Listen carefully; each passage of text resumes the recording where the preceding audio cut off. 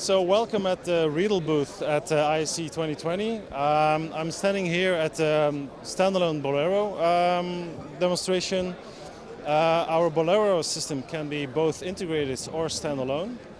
As a standalone system, you can link them up to 5 antennas on one power supply.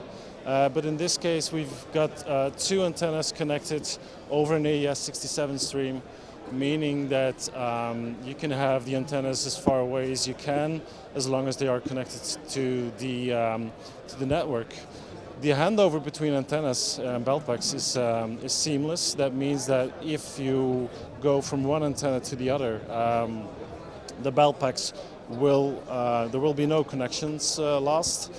You can have up to 10 belt packs per antenna, and if you need more, well, you just add an extra antenna to go up to 20, all the way up to 250 belt packs maximum.